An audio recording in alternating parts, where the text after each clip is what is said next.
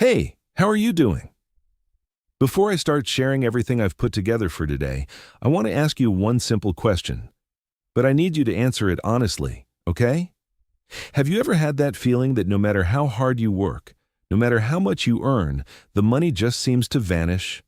That at the end of the month, you look at your account and ask yourself, but where did it all go? If you answered yes, I need you to stay here with me until the very end, because what I'm going to share with you today might be exactly what you've been missing to understand why that keeps happening.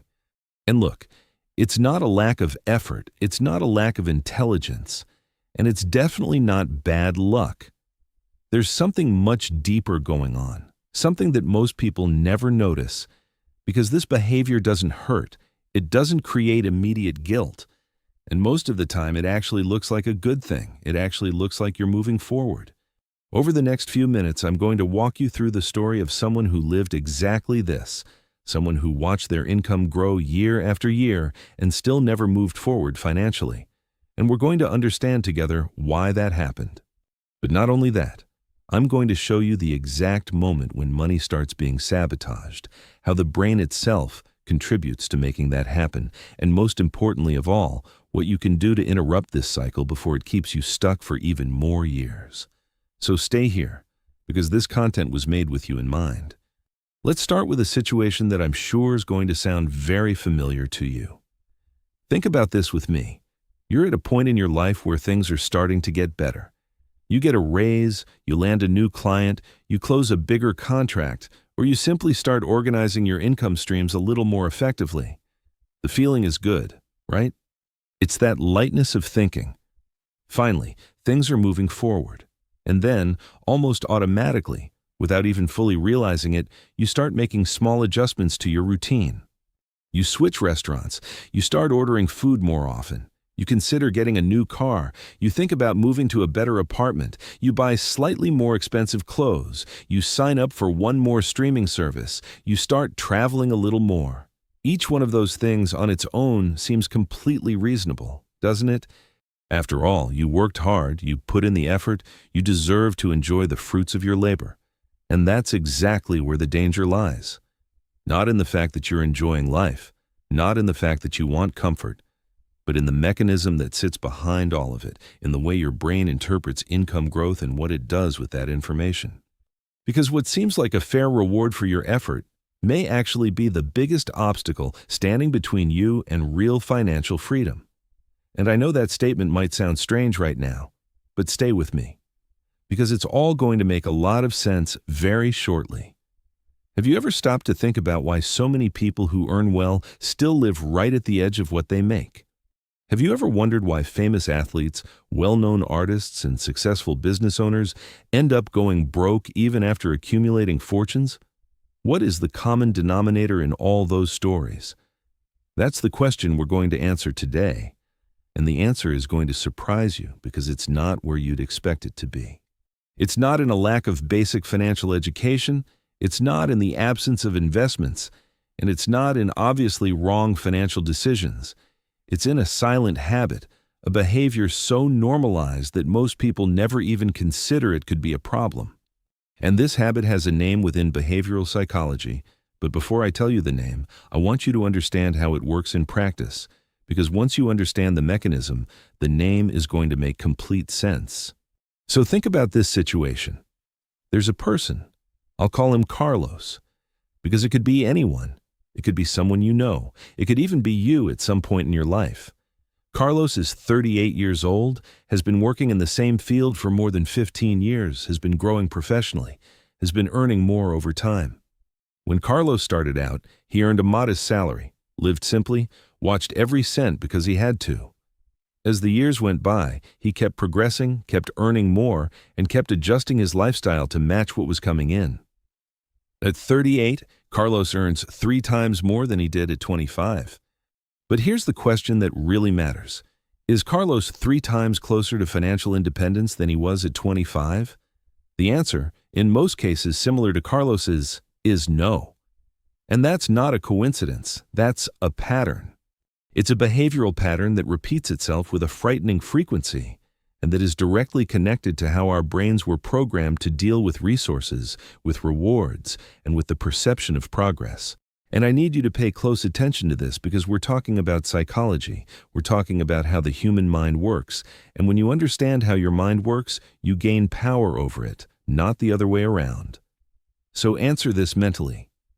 Do you think your lifestyle has grown at the same rate as your income over the last 5 years? If yes, that's an important sign. But don't worry, because understanding that is already the first step toward change. The human brain is an incredible machine, absolutely fascinating, but it was shaped over thousands of years of evolution to solve immediate problems, to seek quick rewards, and to avoid discomfort. That was extremely useful for our ancestors' survival, but in the modern financial context, that same mechanism can work against us. There's a concept called present bias, which is basically the tendency our brain has to value what's available right now far more than what will be available in the future. In simple terms, spending today feels much more appealing than saving for tomorrow, even when deep down we know that saving would be the smarter choice. And that's not weakness, it's not a lack of willpower, it's not foolishness, it's biology. It's the way the brain was built. The problem is that this mechanism, when combined with an increase in income, creates the perfect trap. Because when income goes up, the brain interprets that increase as a signal that more resources are available, and it automatically starts looking for ways to use those resources right now. This process is so automatic, so unconscious, that most people don't even realize it's happening. You simply start spending more and rationalize it with justifications that make perfect sense. I deserve this, I worked for this, now is the time to enjoy it, I can afford it now. And each one of those justifications is true on some level. You really do deserve to enjoy the fruit of your labor. The problem isn't enjoying it, the problem is when the enjoying consumes all of the growth before it can transform into something bigger. Think about this with me. If you earn $1,000 more per month and spend $1,000 more per month, what was the real advancement? Mathematically, you're in exactly the same place. You might have a more comfortable life, you might have more things, you might be frequenting better places, but from the standpoint of your net worth, from the standpoint of your financial freedom, you haven't moved at all. And that is the essence of what psychology calls lifestyle inflation. But I want to go beyond the concept, because the concept on its own doesn't change behavior. I want you to understand how this works at the emotional level, at the level of everyday decisions, because that's where everything truly happens. Going back to Carlos, when he received the first significant raise of his career, the feeling was one of euphoria, that genuine joy of seeing that his effort was being recognized. And what do you do when you feel euphoria? You celebrate. It's natural. It's human. Carlos celebrated. He had dinner at a nicer restaurant, bought some new clothes, went out more with his friends. No guilt because it was a celebration. But what happened after that? The celebration never ended. It gradually became part of the routine. The nicer restaurant became the usual restaurant. The occasional outing with friends became frequent. And Carlos didn't notice the transition because it was gradual. And here, I want to ask you a direct question. Can you identify any celebration in your own life that turned into a routine without you noticing? Think carefully before you answer. Because that transition, that moment when the celebration becomes the standard, is exactly where the silent habit takes hold. And the silent habit is silent precisely because it doesn't seem wrong. It seems natural. It seems deserved. It seems like the way things should be. But over the long term, it quietly erodes every opportunity for real advancement. And there's yet another psychological element that makes this even more complex: social comparison. We live in society, and society operates through comparisons all the time. You observe the people around you, you observe what they have, how they live, what they consume, and unconsciously you use that as a reference point to calibrate what's normal, what's appropriate, what you should have too. When your income increases, you naturally start comparing yourself to people who are at a higher level than you were before. And then, an automatic movement begins to try to reach that new reference point. This is what psychology calls the hedonic treadmill, but I prefer a simpler image. It's like trying to reach the horizon. No matter how far you walk, the horizon is always the same distance away. You never get there because it always moves along with you. And financial happiness based on consumption works exactly like that. You reach a level, you get used to it, and the pleasure that level generated decreases, so you need more to feel the same satisfaction. This also has a name in psychology. It's called hedonic adaptation. And it's one of the most studied phenomena within positive psychology and financial behavior. What happens with most people is that they get trapped in this cycle without ever having stopped to understand the mechanism. And when you don't understand the mechanism, you have no way to interrupt it. You just keep running on the treadmill faster and faster, but going nowhere. Now, you're probably wondering, but how do I know if this is happening to me? How do I identify whether I'm stuck in this pattern? Great question. And I'm going to give you some indicators, not absolute rules, but signs that deserve attention. The first sign is that you earn more than you did 5 years ago, but you don't have proportionally more savings or investments than you did back then. The second sign is that you can't clearly identify where a significant portion of your money goes at the end of the month. The third sign is that every time your income increases, your expenses increase at the same pace or even faster. The fourth sign is that you live with the feeling that you just need a little more before you can really start saving money. That last one is especially important. Do you know that feeling? When I earn more, then I'll start saving. When I pay off this debt, then I'll invest. When things settle down, then I'll get my finances organized. That's one of the most dangerous thoughts when it comes to building wealth, because the when never comes. Because when things get better, the expenses grow right along with them, and the break-even point always stays just a little out of reach. And that's frustrating, I know. It's exhausting. It's that feeling of always chasing something that's never within your grasp. And the worst part is that most people who live like this can't even identify the root of the problem, because the problem isn't in one single big wrong decision, it's in a series of small, seemingly reasonable decisions that accumulate over time. And that's why this habit is so dangerous, because it doesn't seem dangerous. It disguises itself as progress. It disguises itself as evolution. It disguises itself as you enjoying the life you've built.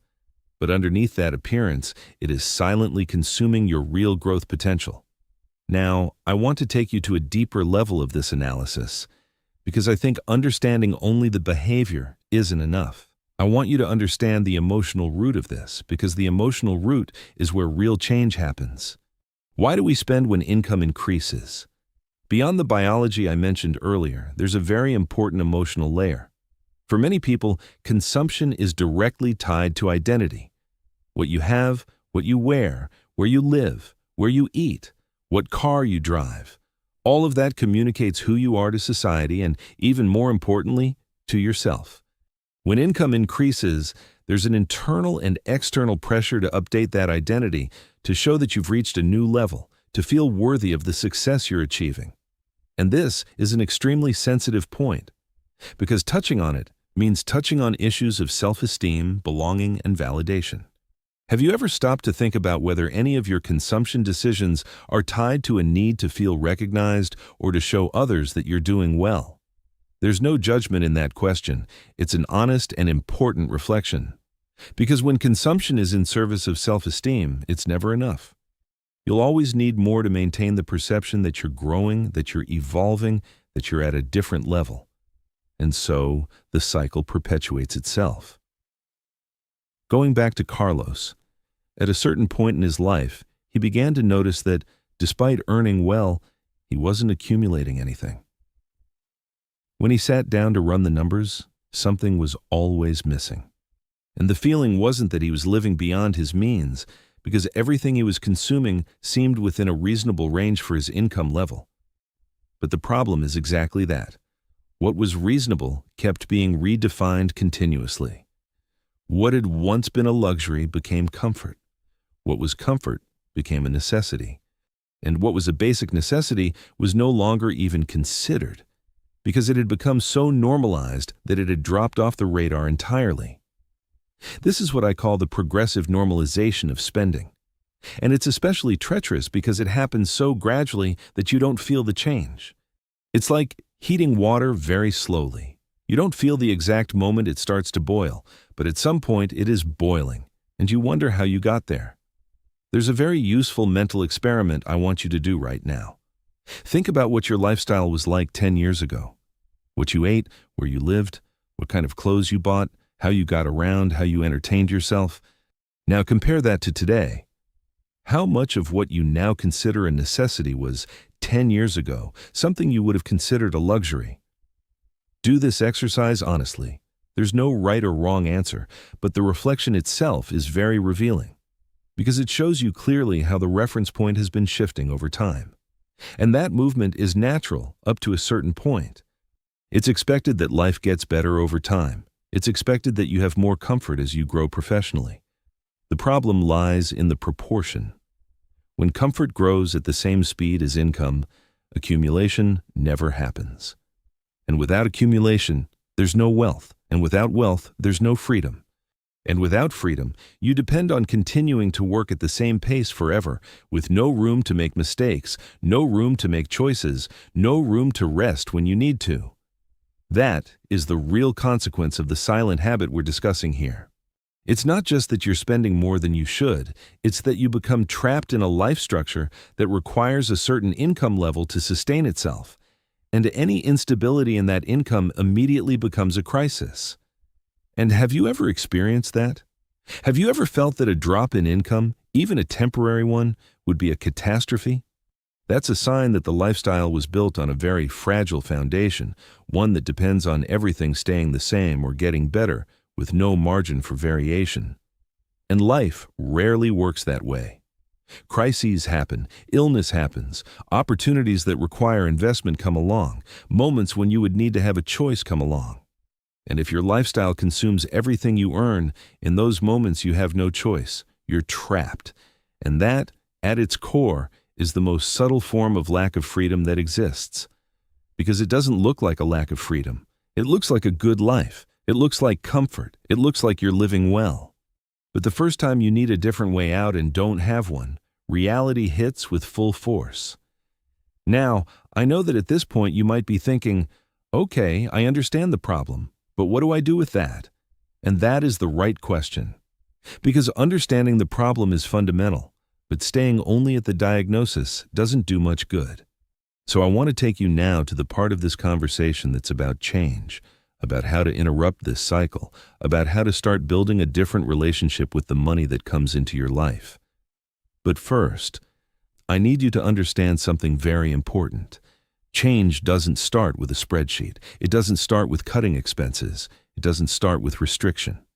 Change starts with awareness, because you can only change what you're able to see. And the silent habit we're discussing here is powerful, precisely because it operates outside the field of vision of most people. So the first step is to bring it into consciousness, and you're already doing that right now by listening to this conversation. But I want to give you practical tools to deepen that awareness. One of the most powerful is what I call a baseline review.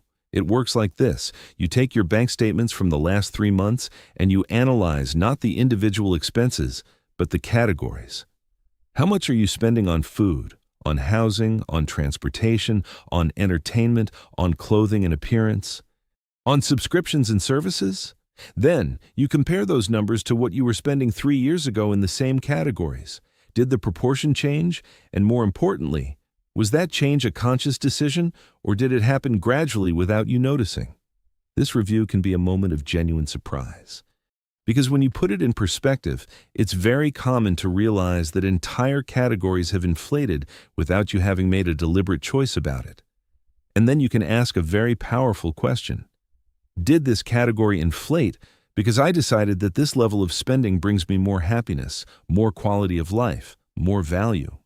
Or did it inflate because it just kept happening and I got used to it?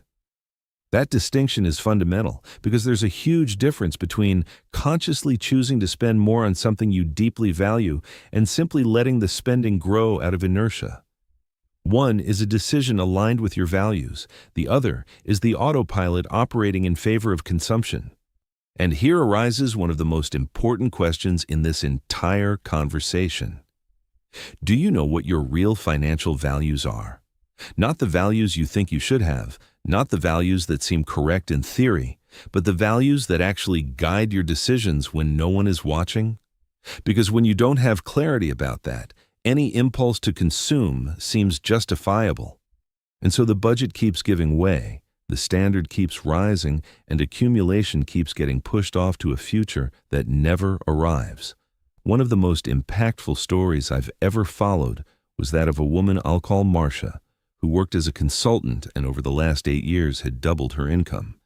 When she came to tell me about her situation, the first thing she said was, "I earn well, but nothing is left over." And when we went through it together, what became evident is that Marcia didn't have any outrageous expenses, no obviously wrong decisions.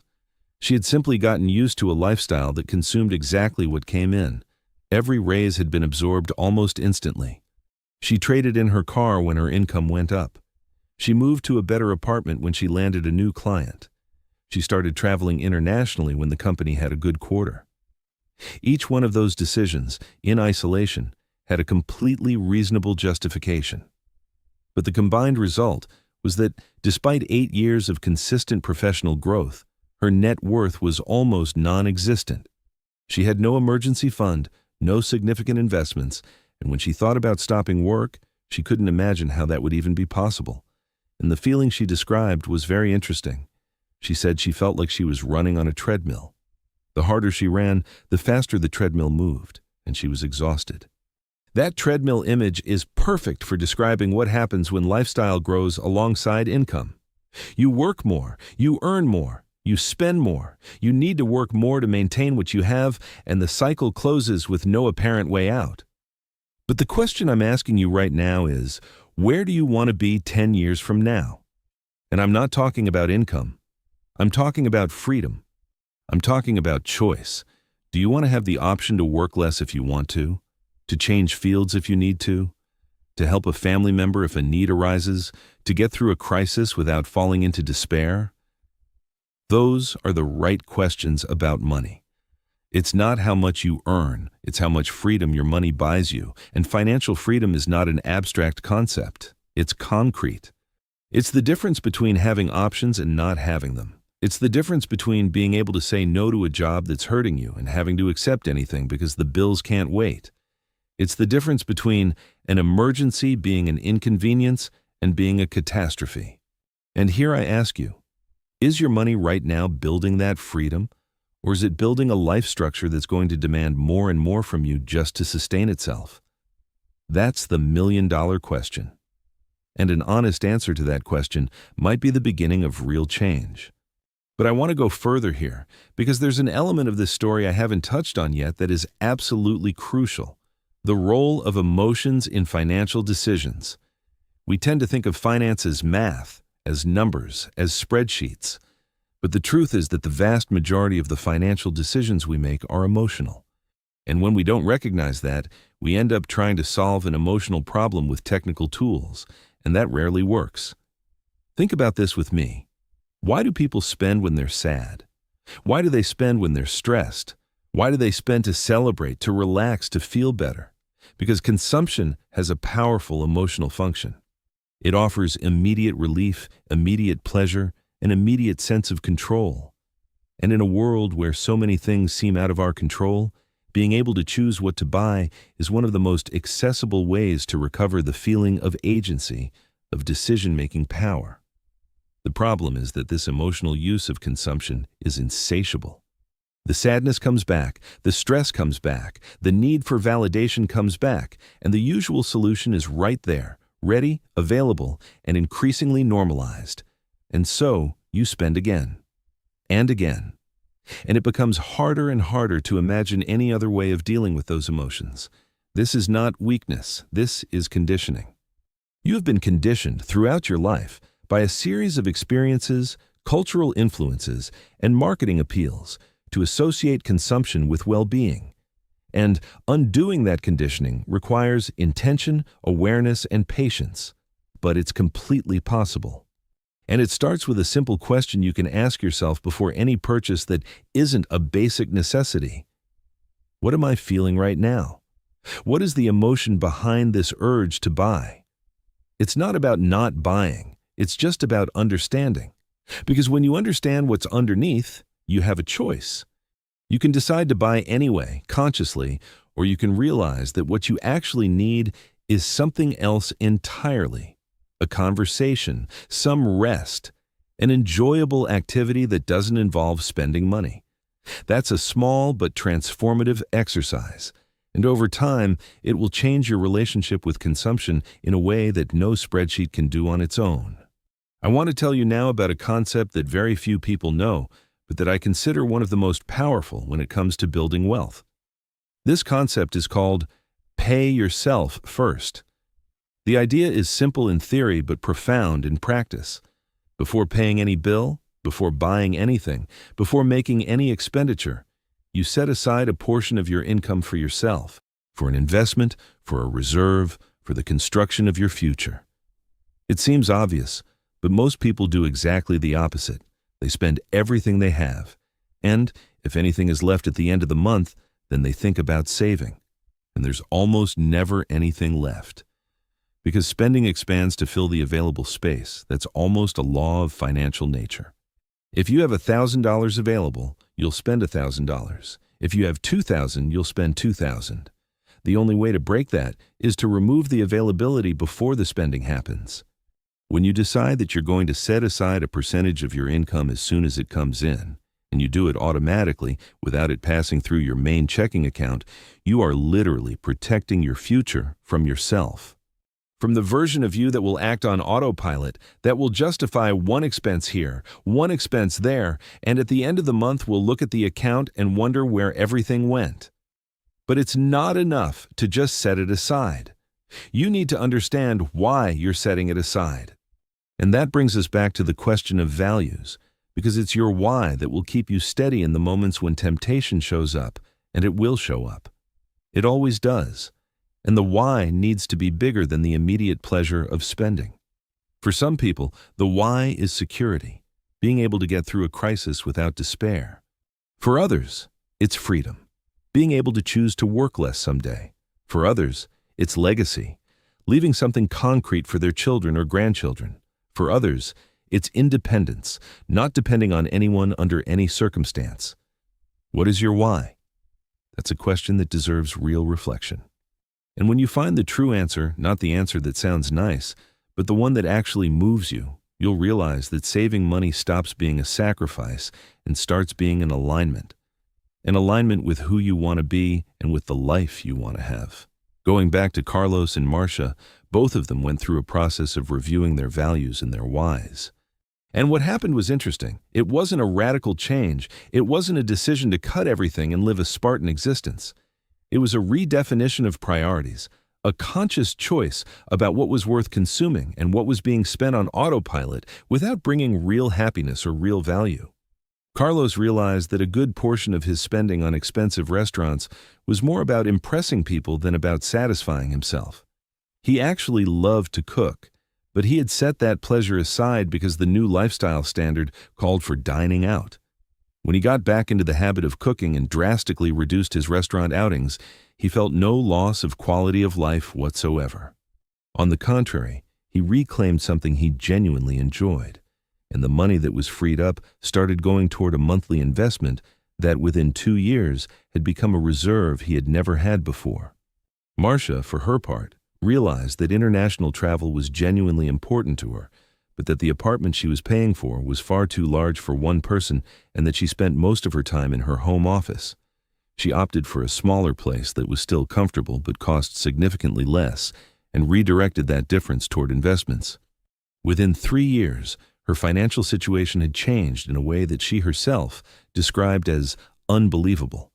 Not because she went through deprivation, but because she stopped letting money slip through her fingers without noticing. These stories show that the solution is not to suffer. It's not to give up everything you enjoy. It's simply to stop spending on autopilot and start spending with intention. It's asking, before each significant decision, is this bringing me real value or is it just the autopilot at work? And that changes everything, completely everything. But there's a trap here too, And I need to warn you about it because many people fall into it. It's the trap of financial perfectionism. When you start to understand these concepts, there's a tendency to want to do everything perfectly all at once, to create a budget that's too rigid, to cut spending so drastically that it becomes unsustainable. And then, the first week, you can't follow the plan, you give up. And you go back to where you were, maybe even worse, because now you have the guilt of failure along for the ride. That doesn't work. What works is gradual, consistent, sustainable progress. It's starting by saving 5% of your income, then 10, then 15. It's making one change per month, not all at once. It's celebrating small progress, because small progress is what accumulates and becomes something big over time. And here's an interesting connection to what I mentioned earlier about the brain seeking immediate rewards. You can use that same mechanism in your favor. When you save money and track the growth of your net worth, you can create symbolic rewards for your progress. Watching the number grow can become a source of satisfaction just as real as spending. But that takes time to develop, and it only happens when you actually start and begin to see results. The first result is what changes the game, because then you prove to yourself that it's possible, that you can do it, that money doesn't have to disappear every month, and that proof is the fuel to keep going. Now I want to touch on a point that rarely comes up in discussions about personal finance and that I consider absolutely fundamental. The environment you live in and the people you spend time with have an enormous impact on your financial habits. Not necessarily because they're bad influences, but because human beings are social animals and tend to calibrate their behavior according to the group. If your reference group, the people you spend the most time with, has a high consumption standard, you'll feel a constant pressure, often unconscious, to keep up with that standard. If your group celebrates material achievements as the primary form of recognition, you'll internalize that logic. If the conversations around you revolve around purchases, travel, and the latest consumer trends, your brain will register that as normal and desirable. This doesn't mean you need to change your friends. It means you need to be aware of that influence and intentionally create other reference points. That can be through books, through content like what you're watching right now, through communities that discuss building wealth in a healthy way, through mentors or examples of people who live in a financially intelligent way without sacrificing quality of life. When you expand your frame of reference, you start to gain more perspective on what is truly necessary, what is genuinely valuable, and what is merely social pressure disguised as personal desire. And that perspective is liberating. It's what allows you to make choices that are truly your own, not choices dictated by your environment without you even realizing it. And here another question arises for you to reflect on. Were your most important financial decisions over the last few years genuinely yours, or were they influenced by the environment you were in? Think about that honestly. Not to blame yourself, but to understand. Because when you understand where your decisions come from, you gain more power over them. There's another concept I want to introduce here that is extremely relevant. The concept of opportunity cost. Basically, opportunity cost is what you give up when you make a decision. When you decide to spend $1,000 on something, the opportunity cost is the $1,000 that amount could have become if it had been invested. And that cost is not static. It grows over time thanks to compound interest, which is without a doubt one of the most powerful forces in the world of finance. Einstein reportedly called compound interest the eighth wonder of the world, and he was not exaggerating. When you invest an amount and that amount earns a return and the return is reinvested and earns on top of itself, over time the result is exponential. Not linear. Exponential, and most people don't have the right intuition about what exponential growth means, because the human brain thinks in a linear way. So when you see that $1,000 today could become 10 or 20,000 in 15 or 20 years depending on the return and the time involved, it seems abstract, it seems distant, it seems unreal. But it's exactly real. And that's exactly why starting early, even with a little, is so much more powerful than starting late with a lot. Every month that passes without you investing is a month of compound interest you're losing. And those months accumulate. And the years go by much faster than we imagine. And suddenly, you're looking back and realizing that 20 years have passed and the wealth that could have been built in that time simply wasn't, because the lifestyle consumed everything first. That's one of the most concrete and most painful consequences of the silent habit we're discussing here. It's not just that you're spending too much right now. It's that you're robbing your future self of the foundation it would need to have freedom. And that future self is going to exist one day regardless of your choices today. The question is under what conditions it will exist. With options or without them? With reserves or without them? With choices or with obligations? And look, I know that talking about the future sometimes seems too distant to generate urgency. The brain, as I mentioned, prefers the present, but there's a way to bring the future closer to make it more real and more urgent. And that's by visualizing it concretely.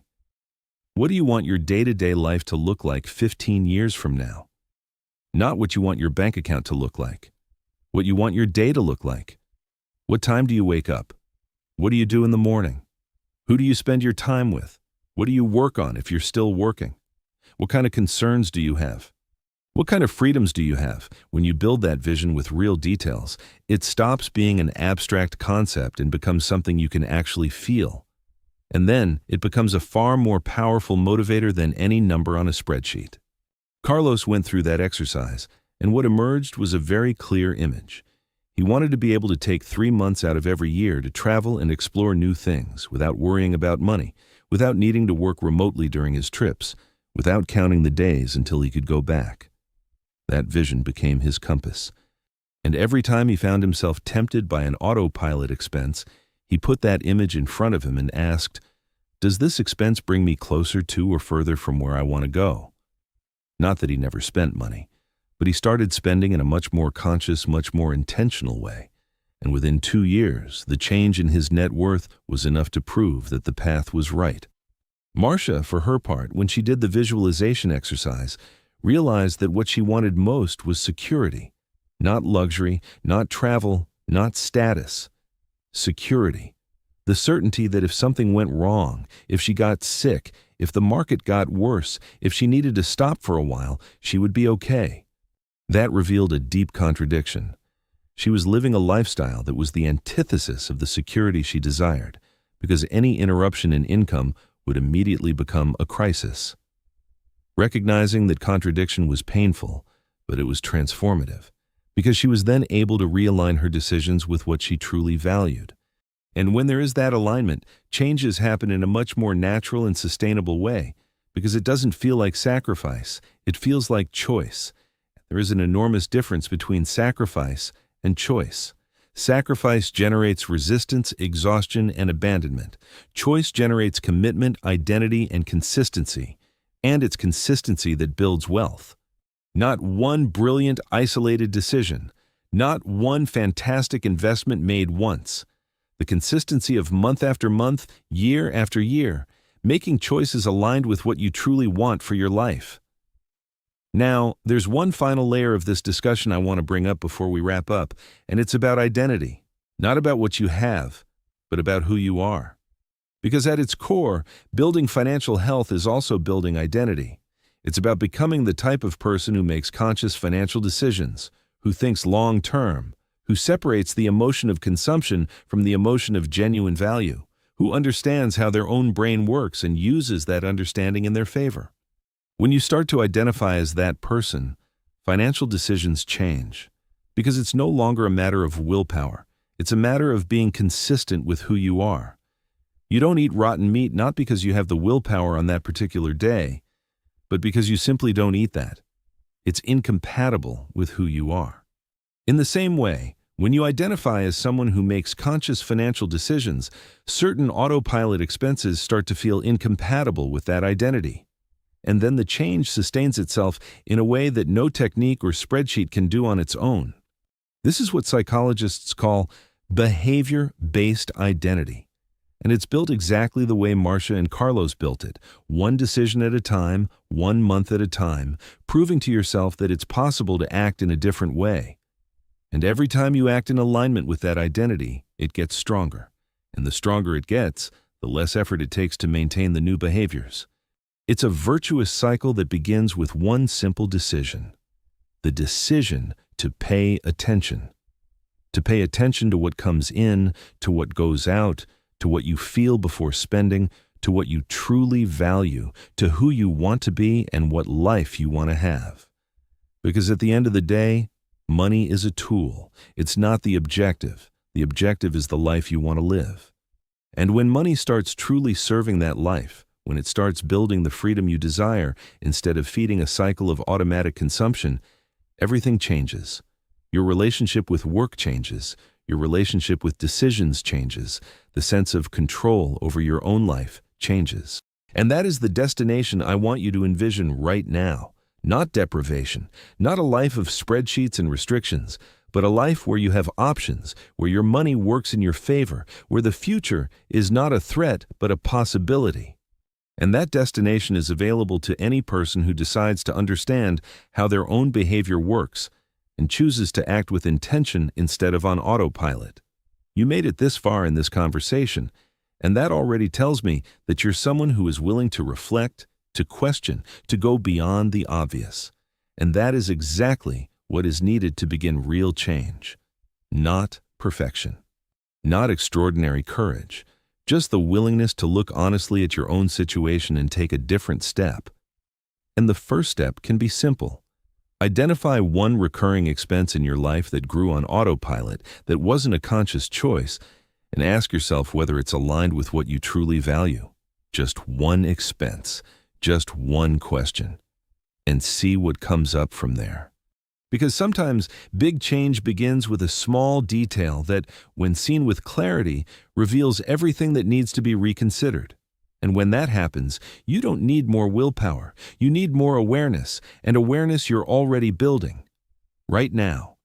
By understanding why money disappears, by recognizing the mechanism behind the silent habit, by asking yourself questions that most people never ask.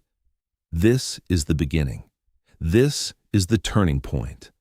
And it's right here, right now, as you decide whether you're going to keep running on autopilot or whether you're going to start flying the plane yourself. The answer to that question only you can give. And I hope this content has given you the tools to answer it with more clarity, more awareness, and more courage than you had before you started. Because you deserve a financially free life. Not because you won the lottery, not because you had extraordinary luck, but because you understood how the game works and decided to play it differently. And that, in the end, makes all the difference.